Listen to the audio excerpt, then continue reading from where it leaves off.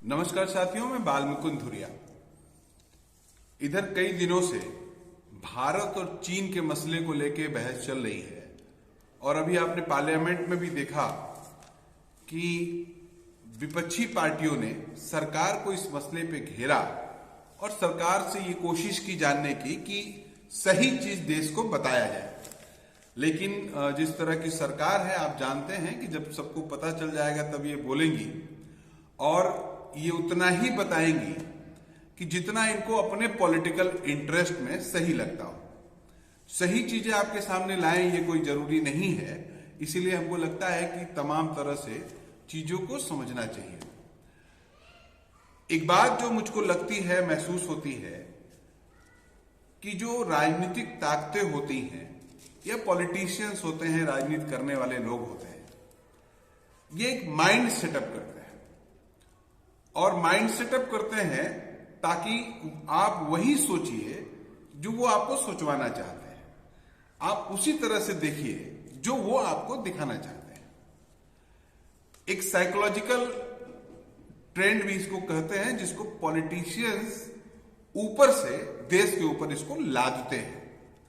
जहां तक हमारी निजी राय है, हमको लगता है आप भी समझ सकते होंगे इस बात को कि इस दौर में 21वीं सदी में बॉर्डर का कम से कम हम दक्षिण एशिया के देशों के बीच सीमा का विवाद मतलब क्या है।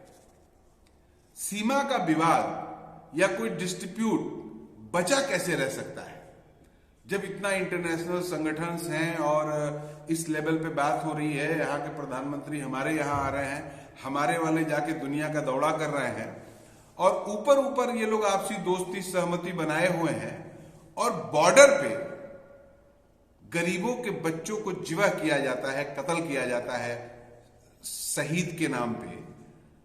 तो ऊपर ऊपर दोस्ती और नीचे नीचे बॉर्डर पे आप गोलीबारी करिएगा, ये इसका मसला ये क्या है। तो साथियों, हमको यहीं पर खोट लगता है। आप जैसे देखिए, हमारी जो भौगोलिक स्थिति है, हमारी भौगोलिक स्थिति में जब तीनों तरफ समुद्र है, ऊपर हिमालय है, तो इधर अफगानिस्तान पाकिस्तान बचा और पूरब की तरफ बांग्लादेश और चाइना, ऊपर भी चाइना है, पूरब की तरफ भी चाइना है, उधर बांग्लादेश है और तमाम अगल बगल दूसरे मुल्क हैं, पूर्वोत्तर शिलोंग उलोंग के बगल में पीछे में।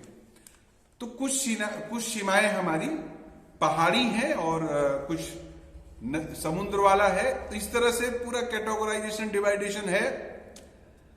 अब चाहे पश्चिमी सीमा हो और चाहे चीन से सटा हुआ सीमा हो, ये लद्दाख वाला, जम्मू कश्मीर वाला लद्दाख वाला इलाका हो या उधर भूटान और म्यांमार वाला, बर्मा वाला इलाका हो, यही हिस्सा चाइना से हमारा विवाद का हिस्सा है या इधर पाकिस्तान से विवाद का हिस्सा है। लेकिन इन विवादों को आप अगर देखिए तो ये विवाद बेसिकली बढ़ कब जाते हैं। ये विवाद, ये झगड़े तब बढ़ते हैं जब दोनों तरफ राज सत्ता या पॉलिटिकल सत्ता के लिए कोई बात खतरे की आती है। कोई ऐसी स्थिति देश में क्रिएट होती है कि जिसको संभाले शासक वर्ग नहीं संभाल पा रहा है, तब ये बॉर्डर वाला खेल शुरू हो जाता है।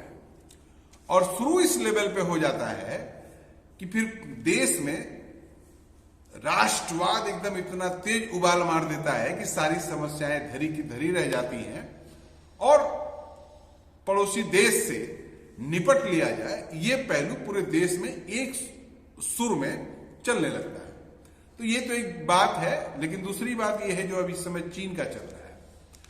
आप नक्शे में भी देखिएगा तो कैसे वो लद्दाख वाले हिस्से पे जहां बवाल चल रहा है, ठीक आज से 2 साल पहले आपको याद होगा कि किस तरह से 2020 में गलवान घाटी में हमारे 20 सैनिकों की हत्या कर दी गई। उस समय भी यही सरकार थी और सरकार बार बार छुपा रही थी, ये नहीं हुआ, वो नहीं हुआ और हम लोग 1 इंच नहीं देंगे। लेकिन कहते कहते फाइनली ये हुआ कि हमारे 20 सैनिक मारे गए, जिसकी डेड बॉडी आई और बुरी तरह मारे गए। इस बार भी अभी 9 दिसंबर को लद्दाख से थोड़ा और आगे इधर आके चाइना के तवांग जो अरुणाचल प्रदेश का तवांग नाम का हिस्सा है, वहां पर भारतीय सैनिकों और चाइनीज सैनिकों में झड़प हुई। अब इस झड़प का क्या लेवल है यह हमको आपको नहीं पता है, यह हमको आपको नहीं बताया जा रहा है। हम लोग देश के जिस जिस हिस्से में हैं वहां जाके देख भी नहीं पा रहे हैं कि वो एक्चुअल मामला क्या है। तो सरकारें जितना बताएंगी, हमारे राजनाथ सिंह जी ऐसे ऐसे करके जितना बताएंगे, उतना ही हमको आपको सुनना समझना है। लेकिन ये जो लद्दाख वाला बॉर्डर का विवाद है, इस बॉर्डर के विवाद को हमारे प्रधानमंत्री जी जाके जब गलबैया करते हैं तो इसको मिट आउट क्यों नहीं कर रहे हैं, इसको हल क्यों नहीं कर रहे हैं? 10 कदम इधर 10 कदम उधर इसको सॉल्व कर लेना चाहिए, लेकिन ये नहीं किया जा रहा है। और बार बार ये खेल चाहे जम्मू कश्मीर का हो, चाहे लद्दाख का हो, चाहे म्यांमार के बगल का हो, इसको सरकारें जिंदा रख रही हैं ताकि इन फ्यूचर अपने मुसीबत के समय में हम इसका उपयोग कर सकें। वो इस लेवल पे कि आप समझिए सरकारों के इस खेल का हमारे ऊपर प्रभाव क्या पड़ता है। मैं यहां पर एंटी नेशन या प्रो चाइना या प्रो फलाने देश बात नहीं कर रहा हूं, मैं केवल ये समझने और आपसे बतियाने की कोशिश कर रहा हूं कि हमारे जहन में इस लेवल पे भर दिया जाता है कि हम लोग पूरा नेशन जो है एक पर्टिकुलर सवाल पे देश के खिलाफ मैंडेट बना लेते हैं, दिमाग बना लेते हैं। आप सोचिए इस उनके सरकारों के इस झगड़े का प्रभाव ये पड़ता है कि आप हमारे देश के भीतर, भारत के भीतर अमेरिका बुक स्टॉल खोल सकते हैं, किसी को कोई एतराज नहीं है। आप अपनी दुकान का नाम जापानीज मोमो रख सकते हैं, किसी को एतराज नहीं है। आप Chinese momos and dry food या फास्ट फूड की दुकान खोल सकते हैं, किसी को कोई एतराज नहीं है। लेकिन पूरे भारत भर में आप पाकिस्तानी कबाब सेंटर नहीं देखेंगे। अगर कोई खोल ले तो मारपीट शुरू हो जाएगी, उसका दुकान जला दिया जाएगा। ये जहन है, ये मूड बनाया जा रहा है।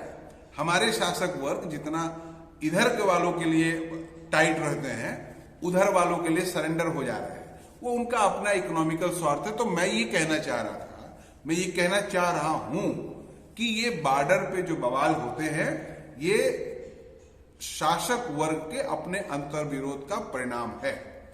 ये सत्ता में जो लोग बैठे हैं वो अपने इंटरेस्ट से चीजों को कम बेसी किया करते हैं, और ये करके इसका रिजल्ट ये होता है कि एक देश से दूसरे देश के खिलाफ नफरत खड़ी होती है। इसका परिणाम ये होता है कि हमारे गरीब नौजवान मारे जाते हैं, हमारे गरीब परिवार के नौजवान कत्ल किए जाते हैं इन पॉलिटिशियनों के पॉलिटिक्स के चलते। तो साथियों, ये जरा सोचने का विषय है, और भौगोलिक दृष्टिकोण से आप भी पूरा समझिए। जितना ये बता रहे हैं उतना न मानिए। चाइना अगर साम्राज्यवादी सोच के तहत भारत के हिस्से पे कब्जा करना चाह रहा है, तो चाइना के खिलाफ भारत की सरकार को तगड़ा एक्शन लेना चाहिए। देश को बताते हुए, देश को विश्वास में लेते हुए उनके खिलाफ सख्त से सख्त कार्रवाई करनी चाहिए।